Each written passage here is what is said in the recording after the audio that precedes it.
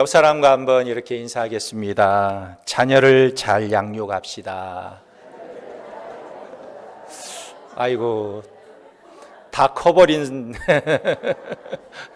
어르신들도 계시고, 예. 오늘은 어린이 주일입니다. 우리가 자녀들을 잘 양육할 때 우리의 미래가 있는 것입니다. 주 안에서 자녀들을 잘 양육하는 우리 중앙교회가 되기를 바랍니다.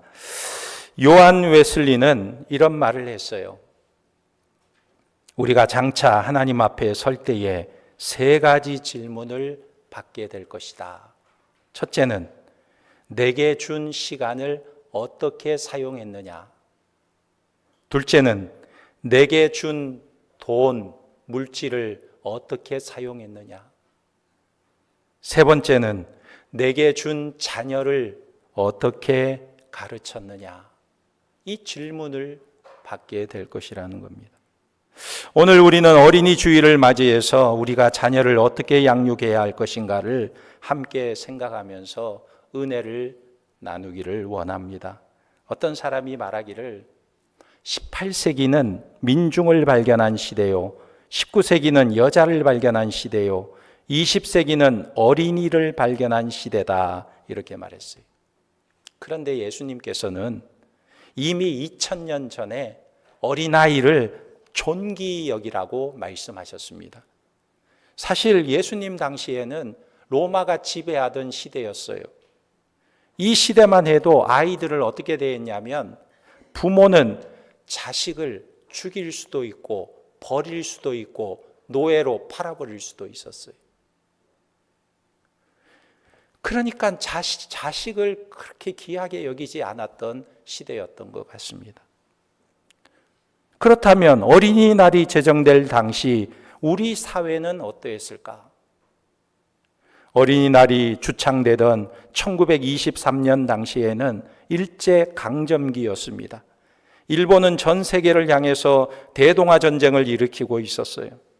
그래서 당시에 막대한 노동력이 필요했는데 어린아이들이 그 노동력의 24.3%를 감당하게 되었다고 합니다. 그러니까 당시대의 아이들이 얼마나 고통을 당했는지 알 수가 있어요. 얼마나 많은 노동력에 동원되었는지 알 수가 있는 것입니다. 그럼에도 불구하고 조국의 미래는 아이들밖에 없다는 생각으로 방정환 선생에 의해서 어린이날이 주창되게 됩니다. 원래는요, 어린이날이 5월 1일이었다고 합니다. 그런데 당시 어린이날로 제정되던 그날에 동아일보의 제정선포 세 가지 내용이 천명되게 돼요. 첫째는 이 땅의 어린이들을 이전의 모든 억압으로부터 해방하여 인격적으로 대우하라. 두 번째, 어린아이들을 경제적 노동으로부터 해방하라. 세 번째, 어린이를 고요히 배우고 즐거이 놀기에 족한 사회시설을 보장하라 그랬어요. 그 당시에는 아이들을 어떻게 생각했냐면 덜 자란 인격으로 취급했었습니다. 그래서 아이들을 부를 때 아이들을 뭐라고 불렀냐면 이 새끼, 애새끼, 얼라새끼, 이렇게 불렀다 그래요. 그런데 방정환 선생이 애새끼, 이 새끼 이렇게 부르지 말고 아이들을 어린아이라고 부르자, 어린이라고 부르자, 이렇게 주장을 한 것입니다. 이 어린이라는 말은 어리신이라는 뜻으로 부른 것입니다. 그러니까 어린아이도 한 인격체로서 존귀한 자라는 뜻인 것입니다. 예수님께서 오셨을 때만 해도 여자와 아이는 인구를 조사하는데 그 숫자에 넣지 않았어요. 사람 수를 세는데 여자와 아이는 빼놓고 세었던 것입니다. 그래서 예수님께서 오병이어로 기적을 일으켰을 때 떡을 배불리 먹은 사람의 수가 여자와 아이 외에 5,000명이었더라, 이렇게 기록하고 있는 거예요. 그러니까 여자와 아이의 숫자가 빠졌던 것입니다. 그러나 예수님께서는 이런 잘못된 사상을 말씀으로 바꾸어 놓으셨어요. 한 번은 부모들이 어린아이를 데리고 와서 축복 기도를 해달라고 몰려들자 제자들이 그 부모를 막 꾸짖으면서 아이들을 데려오지 마라. 시끄럽다. 애들은 저리 가라. 이렇게 꾸짖었던 것입니다. 그러나 예수님께서는요, 이 모습을 보시고 오히려 제자들을 꾸짖으셨어요. 누가복음 18장 16절에 보면 이 어린아이들이 내게 오는 것을 용납하고 금하지 말라. 하나님의 나라가 이런 자의 것이니라 그랬어요. 또 마태복음 18장 1절에 보면 천국에서 누가 가장 큽니까? 라고 묻는 제자들에게 예수님께서 어린아이 한 사람을 세우시면서 이렇게 말씀하셨어요. 이르시되 진실로 너희에게 이르노니 너희가 돌이켜 어린아이들과 같이 되지 아니하면 결단코 천국에 들어가지 못하리라. 그랬어요. 이런 말씀을 보면 우리 예수님은 어린아이들을 얼마나 귀중히 보셨는가를 알 수가 있는 것입니다. 그러므로 우리도 자녀들을 귀하게 여기고 어떻게 대하고 어떻게 양육해야 할지를 말씀을 통해서 깨달아야 하는 것입니다. 그럼 어떻게 우리가 양육해야 할까요? 오늘 말씀에 보면 사도 바울이 이렇게 권면하고 있습니다. 먼저 아비들아 이렇게 말하고 있는 거예요. 4절에 또 아비들아 너희 자녀를 노엽게 하지 말고 오직 주의 교훈과 훈계로 양육하라 그랬어요. 먼저는 아비들아 이렇게 말하고 있다는 사실입니다. 그러면 어머니는 중요하지 않다는 이야기일까요? 그렇지 않습니다. 여기서 아비들아 이렇게 말하는 이유가 있어요. 왜냐하면 유대인들이 정통 유대인을 구분하는 기준이 있습니다. 그 기준이 무엇이냐면 자녀를 양육할 때 북의 양육을 받았느냐 목의 양육을 받았느냐, 여기에서 목의 양육을 받을 때 정통 유대인으로 인정하는 것입니다. 그래서 디모데후서에 보면 내 외조모와 어머니로부터 교육받은 너는 이렇게 말하고 있는 거예요. 정통 유대인이라는 거예요. 외조모와 어머니로부터 교육받았다. 그런데 사도 바울은 오늘 에베소서 6장에서 이렇게 말하고 있습니다. 아비들아 말하고 있는 거예요. 어미들아 이렇게 말해야 될 것 같은데 아비들아 이렇게 말하고 있는 거예요. 이것은 무엇을 말하냐면 가정의 질서를 말하고 있는 것입니다. 어머니의 교육이 중요하지만 가정의 최종 책임은 아버지에게 있다는 거예요. 오늘날 유대인의 인구가 세계 300분의 1밖에 안 된다고 합니다.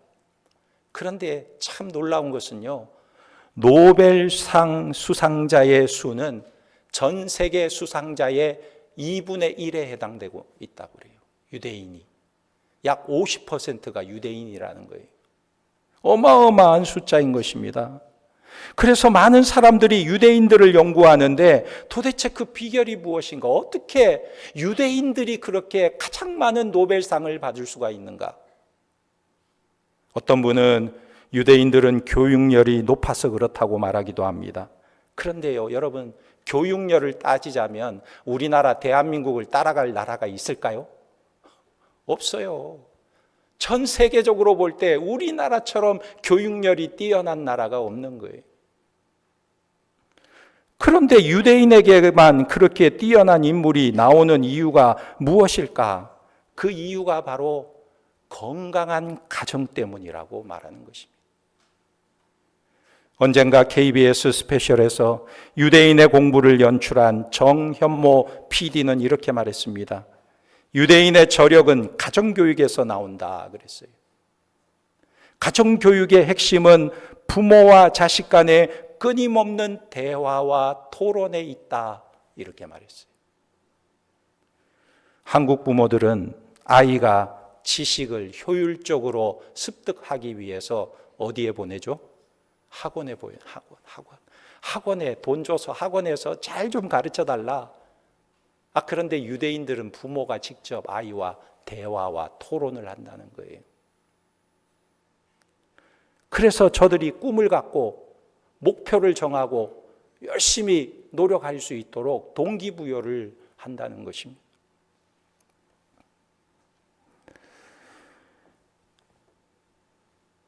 유대인들의 부모는 아이가 스스로의 삶에 대한 의지를 가질 수 있도록 많은 대화와 토론을 이어간다는 거예요. 여러분들의 가정이 건강한 가정이 되시기를 주님의 이름으로 축원합니다. 그런데 건강한 가정을 가꾸기 위해서 필요한 것이 무엇이냐면 먼저는 부모가 잘 사는 가정이 되어야 돼요. 가정 치유 사역을 하시는 정태기 목사님이 부부를 상담하다 보니까 한국인들의 특징이 있다고 그래요. 한국인들의 특징이 뭐냐면 아내와 남편보다는 자식을 더 소중히 여긴다는 거예요. 부부 사이보다는 자식을 더 소중히 여긴다는 거예요. 자식 때문에 산다는 사람이 훨씬 더 많다는 거예요. 당신 때문에 내가 살맛나요? 이게 아니고 자식 때문에 삽니다. 이 말하는 사람이 훨씬 더 많다. 그래서 그런 사람에게 이 교수님이 이렇게 말해준다 그래요. 뭐라고 말하냐면 그러지 말어. 그러지 말란께. 부부가 서로 사랑해. 우리 한번 따라서 해볼까요? 그러지 말란께. 이 정태기 교수님이 전라도 사람이. 자식은 그렇게까지 사랑하지 않아도 돼. 먼저 부부가 잘 살면 그것이 자식 사랑의 뿌리가 되는 거야. 그런데 정말 건강한 가정이 되려면 이런 가정이 되어야 하는 것입니다. 늘 웃음이 있고 부부가 서로 사랑하고 건강한 모습이 되어야 한다는 거예요. 여러분, 이런 말을 들어본 적이 있습니까? 안 펴지면 죽는 것이 두 가지가 있다고 그래요. 안 펴지면 죽는 것. 첫째, 낙하산은 안 펴지면 죽는데 낙하산 타고 뛰어내렸는데 안 펴져 죽어요. 또 하나, 두 번째, 안 펴지면 죽는 게 뭐냐? 얼굴이 안 펴지면 죽는데요. 지금 얼굴 안 펴고 계시는 분 계시죠? 얼굴이 안 펴지면 죽는데요. 왜? 인상을 늘 찌푸리고 살면 빨리 죽는다는 거예요. 그런 노래도 있잖아요. 사랑을 하면은 예뻐져요. 네. 얼굴이 펴지면 오래오래 살아요. 장수하게 되는 것입니다. 무엇을 말합니까? 웃는 가정이 중요한 것입니다. 그래서 오늘 말씀에서 먼저 아비들아, 이 말씀은 가정의 중요성을 말하고 있는 것입니다. 그러니까 가정의 최종 책임자가 누구냐? 아버지라는 거예요. 그런데 이것을 모르는 남성들이 아이들이 잘못하면 뭐라고 합니까? 아니 도대체 마누라가 뭘 하기에 애들이 그 모양이냐? 이렇게 따지는 남자들이 있어요. 그래서 이런 말을 하는 사람을 가리켜서 순수한 우리나라 말이 있는데 그 말이 뭔지 아십니까? 쪼다. 국어사전에 보니까 쪼다가 이런 뜻이에요. 제 구실을 못하는 좀 어리석은 사람을 낮추어 일컫는 말. 쪼다. 그러니까 가정의 최종 책임은 누구냐? 아버지라는 거예요. 아버지. 여자는 수고하지만 책임은 누가 지느냐? 아버지가 지는 거예요. 그런데 문제는 아버지가 책임을 다할 생각은 하기는커녕 오히려 자녀들에게 상처는 주는 일이 다반사라고 하는 것입니다. 그래서 성경은 두 가지를 말씀하고 있는 거예요. 첫째로 아비들아 말하고 있는 거예요. 너의 책임이 있다. 너의 책임을 묻겠다. 가정의 최종 책임자는 아버지다 말하고 있는 거예요. 그리고 두 번째로 하시는 말씀이 자녀를 노엽게 하지 말라 말하고 있는 것입니다. 여러분, 우리는 자녀를 노엽게 해서는 안 되는 것입니다. 여기 노엽게 하지 말라라는 단어, 파로기조라는 단어는 날카로운 것을 팍팍 찌르다라는 뜻이 있어요. 날카로운 것으로 팍팍 찌르다. 그러니까 자녀들을 찌르지 말라는 거예요. 상처를 주지 말라는 것입니다. 치유상담연구원 원장인 정태기 목사님이 치유사역을 하는데 자기도 어릴 때 상처가 너무너무 많았다고 그래요. 그가 어려서 전라도의 섬 전남 신안 증도에서 살았는데 그 섬에 살 때 자기가 어릴 때였는데 자기 아버지가요 바람이 나가지고 딴 여자랑 살림을 차렸어요. 집에 오지를 않아. 섬이 많으니까 딴 섬에서 사는 거예요. 그러니까 아버지를 볼 일이 별로 없는데, 그런데 희한하게도 이 아버지가 1년에 딱 한 번 늦가을 결실의 계절이 되면 꼭 집을 찾아온다는 거예요. 그렇게 집에 오면 이 어머니가 그 왼수 같은 아버지를 그렇게 극진히 대접하는데 보약을 끓여가지고 또 맛있는 진수성찬 20첩 반찬을 만들어가지고 그렇게 대접한다는 거예요. 그러니까 정태기가 밥상을 보니까 자기가 평소에 먹어보지도 못한 맛있는 음식이 올라와 있으니까 얼른 젓가락을 가지고 집어 먹으려고 하는데 아버지가 이놈의 새끼 하면서 귀싸대기를 한 대 탁 치더래요. 어디 아버지가 손도 안 대는데 먼저 손을 대느냐고.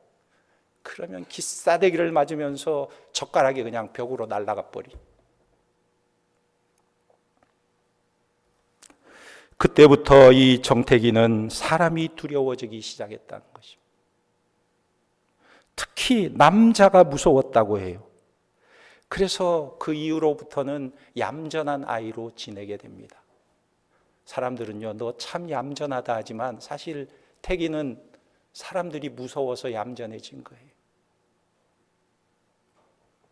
그러던 어느 날 그가 자라서 미국에 유학을 가게 됩니다. 5년 6개월 동안 열심히 상담 공부를 했어요. 그러던 어느 날 담당 교수가 그를 부르는 것입니다. 그리고는 하는 말이, 태기야, 너는 상담 공부를 할 자격이 없어. 너는 이제 그만 공부 포기하고 그만 돌아가려무나. 이렇게 말하는 거예요. 아니 5년 6개월 동안 공부해서 이제 졸업을 앞두고 있는데 교수님이 너는 공부할 자격이 없어. 얼른 떠나라. 그러자 그가 당황해서 교수님께 묻는 것입니다. 교수님, 그게 무슨 말이에요? 저는 그만둘 수 없어요. 그러자 이 교수가 하는 말이, 태기야, 제자가 스승을 싫어하는데 어떻게 상담자가 될 수 있겠니? 그런데 왜 학생이 교수를 싫어하지? 왜 교수와 자꾸 거리를 두지? 물었어요. 그러자 태기가, 교수님, 저는 교수님이 싫지 않아요. 교수님 강의도 너무 좋아요. 그런데 교수님이 너무 무서워요. 아버지처럼 느껴져서 무서워요. 그때 교수님이 물었습니다. 왜 아버지가 무서워? 왜 아버지가 무섭다고 말하니? 그가 울면서 통곡하면서 자기 아버지의 이야기를 다 꺼내 놓았어요. 3시간 동안 그의 아버지의 이야기를 듣던 교수는 닭똥 같은 눈물을 흘리면서, 태기야, 네가 정말 고생 많이 했구나. 정말 많이 했구나. 태기야, 너도 치료받을 수 있어. 고칠 수 있어. 극복할 수 있어. 그 무서움을 이겨낼 수 있어. 그러면서 교수님이 하는 말이, 태기야, 한번 생각해 봐. 그래도 네 아버지가 널 사랑해서 했던 일이 분명히 있었을 거야. 네 아버지가 널 사랑했던 일이 분명히 있었을 거야. 그러자 태기가 하는 말이, 아니요, 전혀 없어요. 한 번도 없어요. 그런 적이 없었어요. 아니야, 한번 생각해 봐. 한번 기억을 더듬어서 찾아봐. 그때 태기는 이렇게 말했습니다. 교수님, 생각이 나요. 제가 초등학교 운동회 때 어머니는 밭에 일 나가시고 운동회에 못 오시자 아버지가 고구마를 쪄서 소쿠리에 담아서 4km를 걸어 학교에 와서는 태기야, 이거 먹어. 얼른 먹고 운동해 해. 그리고는 아버지가 갔다는 거예요. 그러자 교수님이 거봐, 아버지도 너를 사랑한 거야. 너를 사랑했기 때문에 그 4km를 걸어서 학교까지 오신 거야. 그때 비로소 이 태기의 마음이 풀리기 시작한 거예요. 회복되기 시작한 거예요. 여러분, 성경에 왜 자녀를 노엽게 하지 말라고 말씀하셨는지 이해가 되십니까? 자녀를 노엽게 하면 그것이 일생을 좌우하기 때문에 그래요. 한순간이 아니라 평생 그것이 내 밑바닥에서 나를 움직이는 거예요. 그러므로 자녀를 노엽게 해서는 안 되는 것입니다. 그리고 마지막으로 우리가 어떻게 자녀를 양육해야 합니까? 4절에 오직 주의 교훈과 훈계로 양육하라 그랬어요. 주의 교훈과 훈계로 양육해야 하는 것입니다. 그런데 오늘 말씀해 보니까 4절에 오직이라는 말을 사용하고 있어요. 오직 주의 교훈과 훈계로 그랬어요. 많은 사람들이 자식을 가르칠 때 자기 지식과 자기 생각으로 가르칠 때가 있어요. 그런데 오늘 말씀은 그것이 아니라는 말씀입니다. 너의 지식, 너의 경험, 너의 생각으로 자녀를 가르치면 안 된다. 그렇게 가르치면 망치게 된다. 오직 주의 교훈과 훈계로 가르치라는 것입니다. 여기에 아주 놀라운 교훈이 있어요.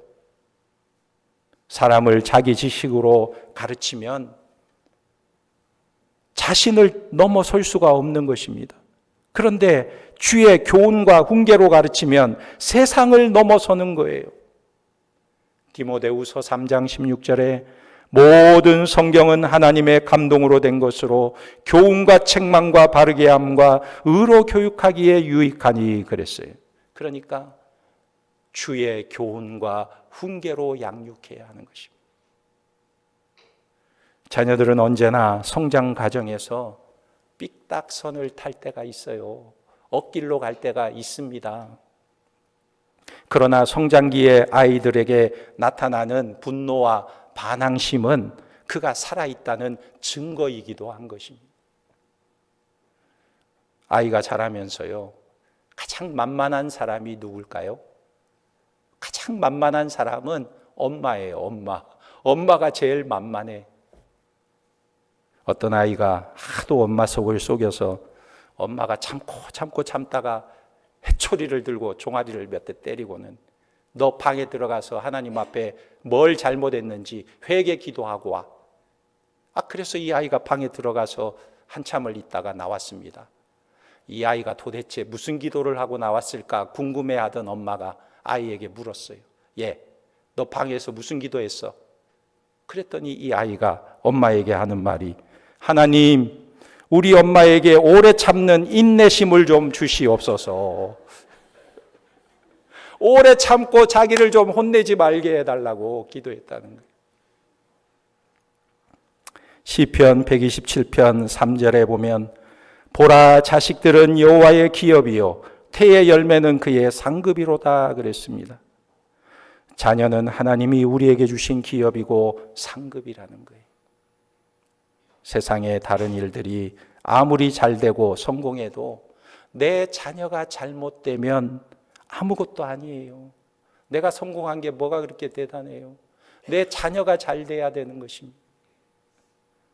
이 세상에서 자녀를 바르게 양육하는 것보다 중요한 것이 없는 거예요. 그리고 자녀를 바르게 양육하는 데 있어서 부모보다 중요한 사람은 없다는 것입니다. 아이들에게 있어서 최고의 스승과 교사는 바로 부모인 것입니다. 그래서 오늘 바울은 아비들아 말하고 있는 거예요. 우리 자녀들을 주의 교훈과 훈계로 잘 양육해서 자녀들에게 인정받고 존경받는 부모가 될 수 있기를 예수님의 이름으로 축원합니다. 아멘. 기도하겠습니다. 하나님 아버지 감사합니다. 우리에게 은혜의 말씀을 주시고 구원의 감격을 주시니 감사합니다. 우리의 가정이 늘 믿음 안에서 화목하게 하시고 우리로 오직 주의 교훈과 훈계로 믿음 안에서 자녀들을 잘 양육하여 믿음의 명문 가문을 세워가게 도와주옵소서. 예수님의 이름으로 기도하옵나이다. 아멘.